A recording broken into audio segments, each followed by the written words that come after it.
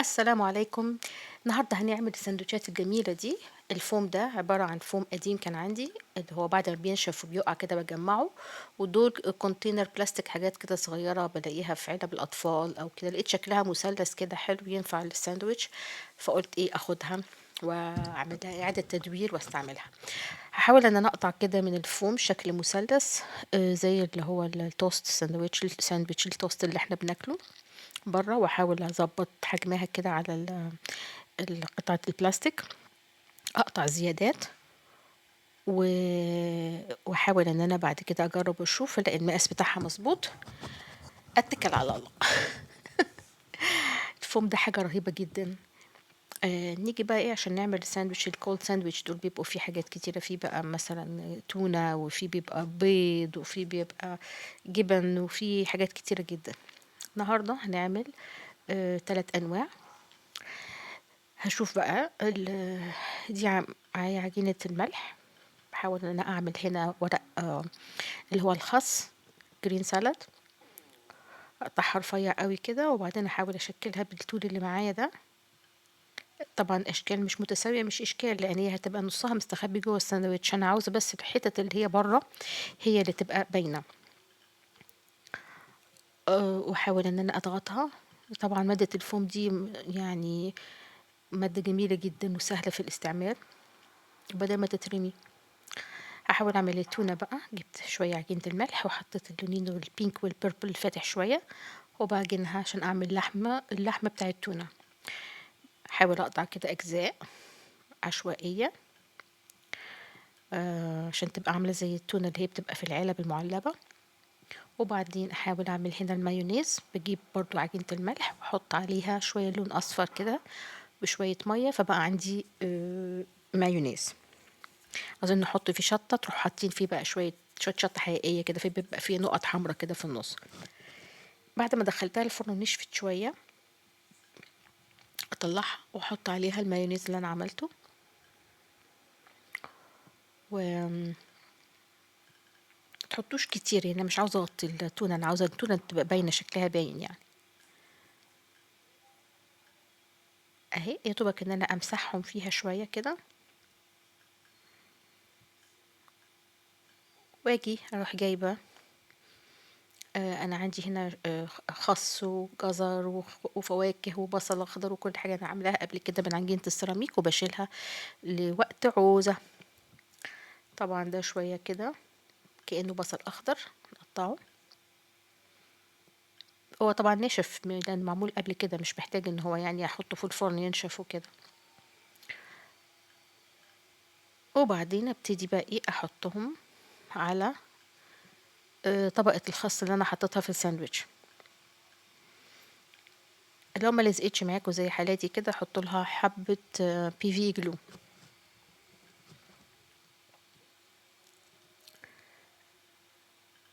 اوكي، العبوا بقى انتوا، نوعوا بقى وحطوا حاجات حشاوي كتيرة مختلفة، وبدل ما يبقى الساندوتش طبقتين اعملوا 3. اضغط عليها شوية. الوحدة في حد ذاتها ممكن تتعمل كأنها فريج ماجنت. في ناس بيحبوا يعملوها جولري، يعني يعملوا مثلا حلق وسلسلة. بصوا عاملة ازاي.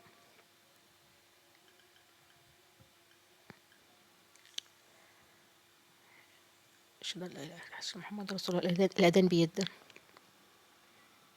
اهي. والمايونيز بقى ده ممكن تحطوا مثلا مايونيز اللي هو لونه مصفر شوية، او تعملوا كاتشب مثلا، حسب الصوص اللي انتوا حاطينها في الساندوتش اللي انتوا عاملينه. ابتدي اجرب بقى واشوف. طبعا هي حجمها كبر شوية، علشان انا لما حطيت فيها الحشو اللي جوه ده حجمها كبر، فبحاول ان انا اضغط، او لو في جزء زيادة بقطع. اوكي، نيجي بقى للساندوتش التاني. احط برضو طبقة المايونيز، هي مهمة عشان تلزق الحاجات في بعضها. وده بيض انا كنت عاملاه قبل كده وشايلاه، تقطعه اهي، بيض مسلوق.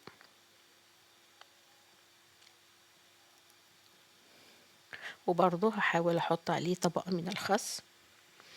بحط ايدي في النشا علشان ما تلزقش مني العجينة.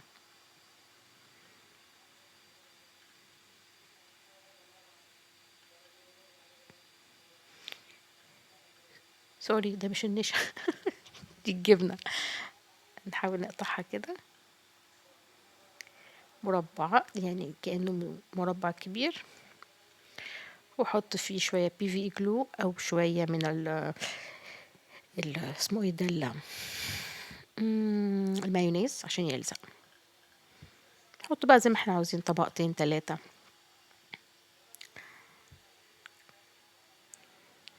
اهي شيل الزيادات. والخس نحطه طبقة أخيرة. لا أصله بيدي لون حلو، وبيدي طعمه حلو، بيدي لون حلو، بيدي شكل حلو.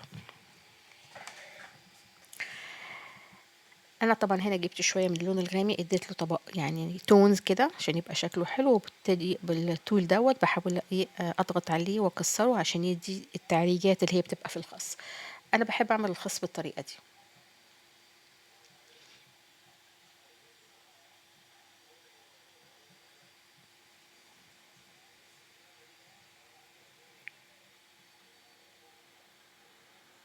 اوكي.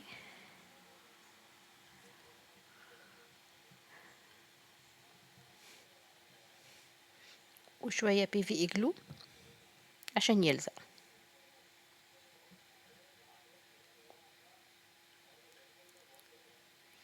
دي برضو قوطة طماطم أنا كنت عاملاها قبل كده.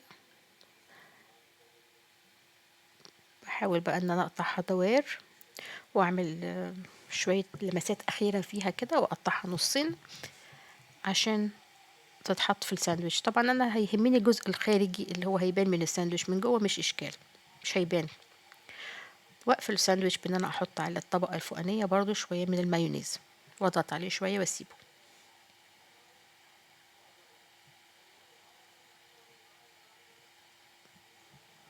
يامي يامي يامي، شكله يفتح النفس. نيجي بعد كده، شايفين منظره؟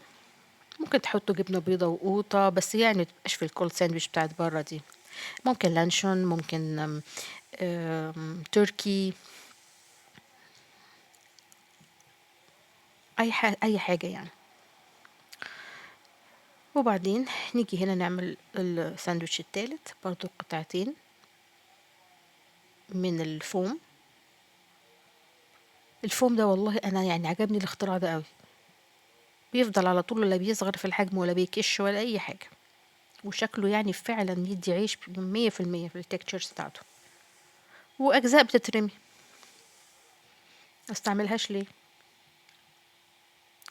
اهي. نيجي بقى نروح حاطين برضو طبقة المايونيز،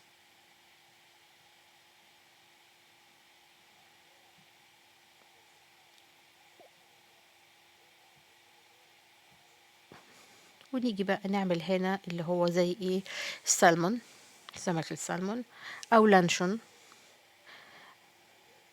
نفردها كويس كده، شايفين؟ تنفع كده وتنفع كده. نقطع بقى اجزاء مدورة كده،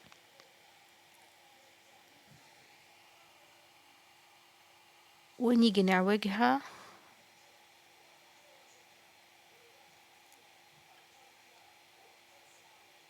ايوه.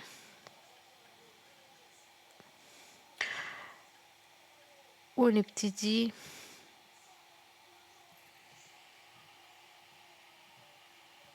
الماتش شغال اهي، ونحطها بالشكل ده.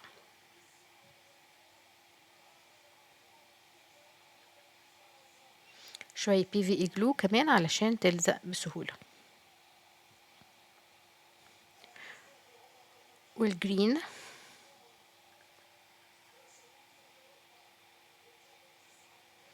الخس. ما تحاولوش تملوا الساندويتش قوي عشان ما يبقاش يعني لما نيجي نضغطه في الفوم ما يبقاش ايه مفتوح قوي، او يخلي مثلا عجينة السيراميك او عجينة الملح تتعجن قوي فيبقى شكلها وحش. طبعا نيجي نقفل الساندويتش، بنحط نفس اللي عملناه قبل كده، طبقة المايونيز، ويبقى الساندويتش عندنا بالشكل ده. احاول بقى ان انا اعمل قاعدة للعلبة اللي عندي. فبجيب مثلا البلاستيك ده اللي هو مثلا بيبقى الغلاف بتاع الدوسيه او اي حاجة، واقطع جزء مربع، واقطع اللي هي الباركود دوت بتاع الساندوتش البرايس صغير عشان الزقه، عشان يدي ايه كيوت كتاوة للشكل النهائي. طبعا الساندوتش مش هحطه ولا اقفل عليه الا بعد ما تنشف 100% العجينة اللي جوه، علشان ما تعفنش. اوكي، بعد ما تنشف واديها طبقة ورنيش، اروح حطها وقافل عليها. ما تغلطوش الغلطة دي، انا غلطتها قبل كده والساندوتش عفن من جوه وطلع كده حاجات كده غريبة، وفي نفس الوقت ما قدرتش افتحه عشان اصلحه، فاضطريت ان انا ارميه عشان الرطوبة هي اللي بوظته. قولوا ما شاء الله، قولوا ما شاء الله. ادي تونة وادي بيض وادي جبنة بالطماطم وحاجات حلوة، ما شاء الله ما شاء الله. لو عجبكم الفيديو اعملوا لي لايك وشير سبسكرايب لو تحبوا ان احنا نعمل حاجات تانية، واعملوا ونفذوها ووروهاني واعملوا لي منشن. يا رب يكون عجبكم، واكتبوا لي كل اللي انتوا عاوزينه في الديسكريبشن بوكس. باي باي.